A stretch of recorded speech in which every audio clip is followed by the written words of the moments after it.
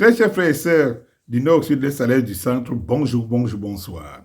Les bombardements ont continué toute la nuit. C'est-à-dire que dans la nuit de lundi à ce mardi, ça bombarde partout en Iran. Les gens me posent des questions. Pourquoi tu ne parles pas des bombardements et des dégâts causés en Iran? Mais on savait que les dégâts devraient être causés en Iran. L'Iran subit quand même les forces otaniennes par procuration. C'est-à-dire que, en fait, les forces israéliennes par procuration de l'OTAN. On devrait le savoir. L'Iran n'est pas la Russie.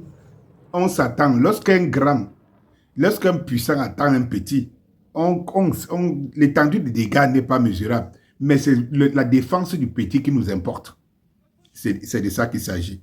D'ailleurs, je vous rappelle que le ministre de la Défense, c'est-à-dire que le patron de la défense des forces de la révolution iranienne, a dit que même si Israël arrêtait aujourd'hui les bombardements, l'Iran n'arrêterait pas. Ils n'ont pas voulu la guerre, mais ils savent la faire. Il faut le savoir. Ils n'ont pas voulu la guerre, mais ils savent la faire. Et tout.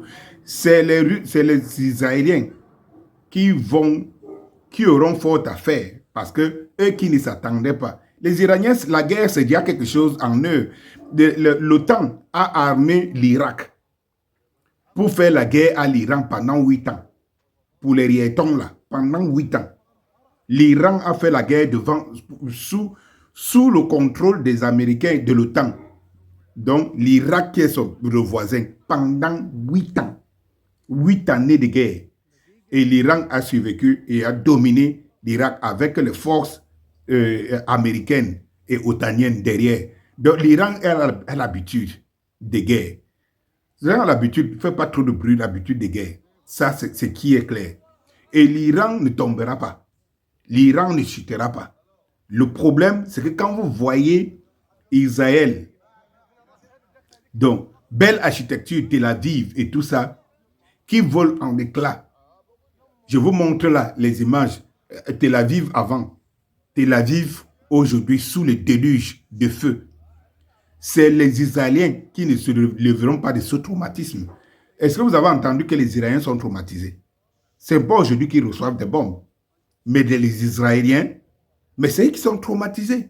Ils cherchaient les voies et les parois partout pour partir. Tous les jours, ils cherchaient la route. Ils cherchaient la route tous les jours. Les aéroports sont fermés. Bap! Maintenant, c'est par voie. Et chacun fait sortir ses ressortissants. Lorsque vous voyez que même aujourd'hui, même la Chine, tous les pays demandent à leurs ressortissants de partir. Cela veut dire qu'il n'y a plus de sécurité en Israël. De toutes les façons, l'Iran a déjà gagné sa guerre. Qui s'y attendait? Qui s'attendait à voir les immeubles s'écrouler comme World Trade Center? Qui s'y attendait? Et oui, c'est la force du petit. Voilà, du petit. Est-ce que l'Iran a une aviation digne de ce nom?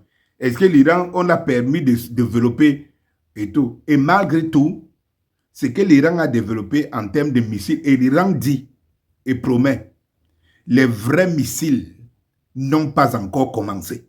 Les vrais missiles n'ont pas encore commencé.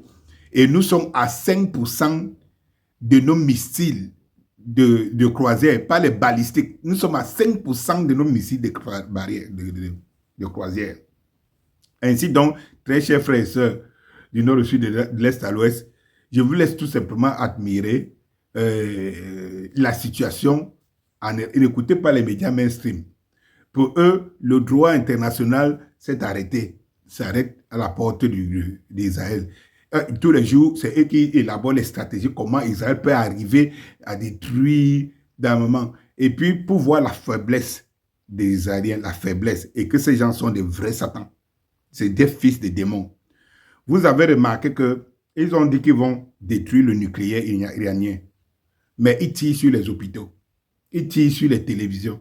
Ils tirent sur les infrastructures. Ils tuent les Israéliens, donc, ils tuent les Iraniens.